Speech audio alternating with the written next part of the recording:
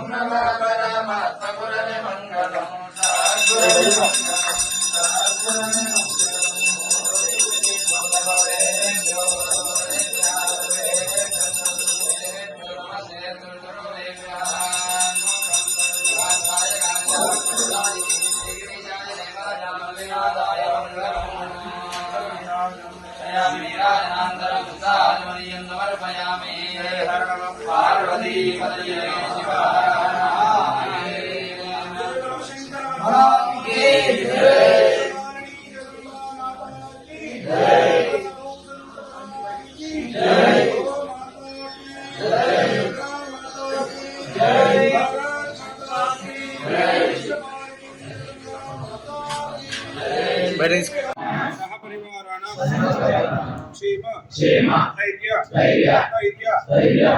विजय अभय आयु आरोग्य ऐश्वर्य धर्म अर्थ काम मोक्ष चतुर्विध फल समस्त महदोष द्वारा मम समस्त ग्रह पीड़ा निवारण द्वारा नाम नक्षत्र जन्म नक्षत्र नाम राशिव जन्म राशिव सर्वे ग्रह शुभ एकादश स्थान फल प्राप्त्यर्थम शक्योपचार संभवित द्रव्येन विशेषेण कार्तिक मास बहुल पंचम्यां मंदवासर प्रातःकाल ज्येष्ठादेवी समेत सार्ध सप्त शनैश्चर प्रीत्यर्थं तिल तैल अभिषेक अर्चना पूजा अहं शान्तये ओम शं शनैश्चराय नमः ओम शं शनैश्चराय नमः ओम शं शनैश्चराय नमः